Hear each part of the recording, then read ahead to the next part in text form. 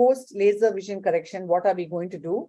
And we have dealing this controversial issue, Dr. Vardhaman Kankaria, who's a young, dynamic, smart cataract refractive surgeon from Asian High Hospital, Pune, and is also the chairman scientific committee of MOSCON.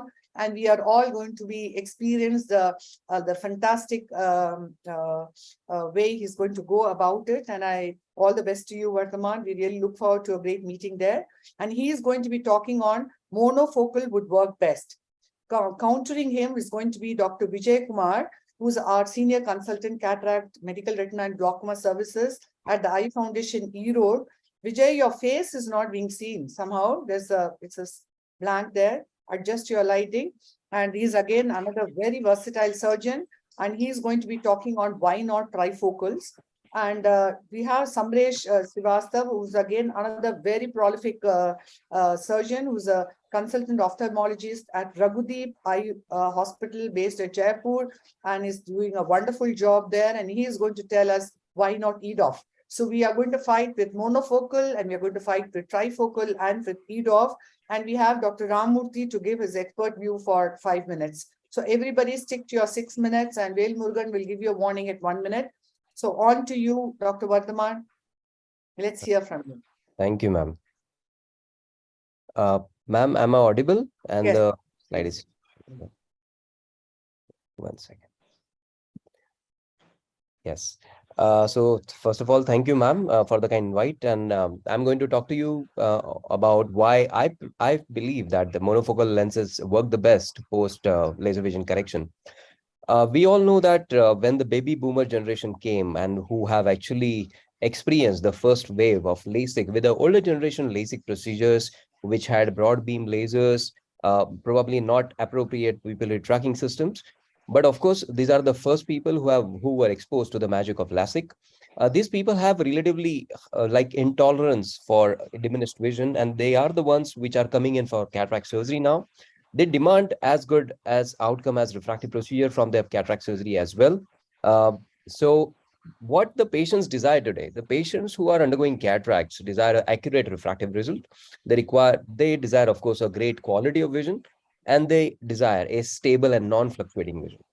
The issue with the laser vision correction is that it is, especially if you're going for higher optic lenses, such as multifocal lenses or EYEEDUs, is the unpredictability of refractive results, the added higher order aberrations of both LASIK and this higher optic lenses, and the pre-existing dry eye, which also is going to become worse with age.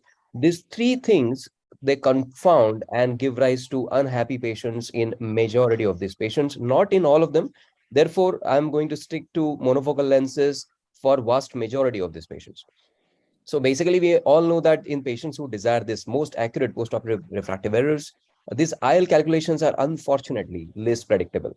And there are three errors that we look at. I'm not going into the details of them. First of them is called as an instrument error, in which you know that the keratometers of today are actually looking at the paracentral points and not actually missing the central location.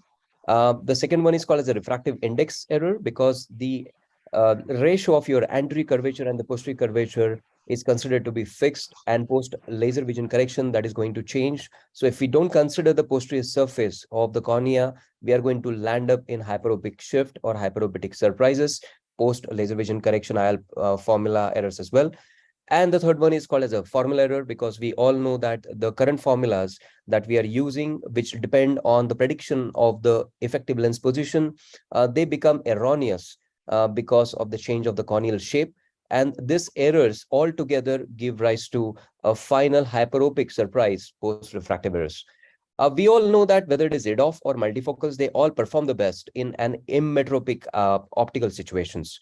All these modifications that we have come to, there are a lot of newer advancements which have come with the IL formula, especially with the help of double K, Aramberry's method, Sharma's method, Hagues-L, and Barrett's true K formula. Now, many of them are clubbed together, and that is seen in the ASCRS formula on the ASCRS website. But in spite of all these things, a lot of studies have actually shown that your ability to come to emmetropia is seen to only, let's say, between plus 0.5 diopters is only 67% of the eyes where you are actually using a Barrett-Ruque method. Haigis has also demonstrated that it is seen in only 61% of eyes. There has been a very elaborate study which was done, which have compared Haigis-L, Barrett's-Ruque, and also the Alcon's ORA systems for the intraoperative aberrometry nomograms as well, along with the ASCRS calculator, and their mean achieved immetropic values were seen only in 74 to 76% cases. I was a part of a study at Bascom Palmer Institute, which looked at the unhappy multifocal lens outcomes. And one of the most important reason for unhappy outcomes for multifocal lenses is residual refractive error. So this residual refractive error, because of the unpredictability of the formula, is a recipe of unhappiness for patients who are post-laser vision correction, especially if they have been done by the first generation of lasers. The second reason for unhappiness post-multifocal and EDOF lenses is, of course, dry eye. We all know that LASIK is going to induce dryness because of the first creation of flap and also ablation on the subepithelial nerve plexus. Of course, this have got reduced with advent of SMILE, but majority of the current generation cataract patients that we are seeing today are all post-LASIK patients. It has also been seen that LASIK is known to also have a slower recovery of dry eye. And in the older age, this dry eye is going to get compounded by the age-associated dryness that we see today, and especially in the Avenio patients who use a lot of computer work. This has also been seen that if you have a patient with dry eye, there is always a challenge also with the unreliable keratometry because of the unreasonable Myers. And this also plays a part to have actually unhappy patients. The third reason for unhappy patients post LVC is, of course, the older generation lasers, which have already induced higher order aberrations. And on the top of that, it is also seen by a variety of studies that this both spherical and the coma aberrations can actually get induced a lot, and that can give rise to a lot of, let's say, aberrative corneal issues and the optical phenomenons for our patients. This study has actually looked at the diffractive multifocal IOL implantation in myopic post-LASIK patients, and they have actually compared these aberrations in virgin eyes versus the post-LASIK patients, and they have seen that both third and fourth order aberrations were much higher in this multifocal lenses post-myopic LVC patients as compared to the virgin eyes. This is a very nice analysis which had looked at the contrast sensitivity of this multifocal lenses post-laser vision correction. And they have seen that the best contrast sensitivity is retained in patients who have virgin eyes, and the worst contrast sensitivity is actually seen post-LASIK patients who have already done with the multifocal lenses. So this is the analysis of the point spread function, which has also shown clearly that compared to the current generation of multifocal lenses or EDOFs, the monofocal lenses will always have much better quality of vision in these patients. So for me, for majority of the patients who now revert back to us, now we have been in refractive surgery for last almost 38 years.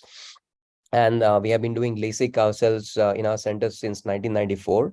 So whenever we look at our own patients who have come back, who are coming back to us for cataract surgery, my primary basically aim is to offer them monofocal or a monofocal toric IOL. We also do a bit of monovision for these patients.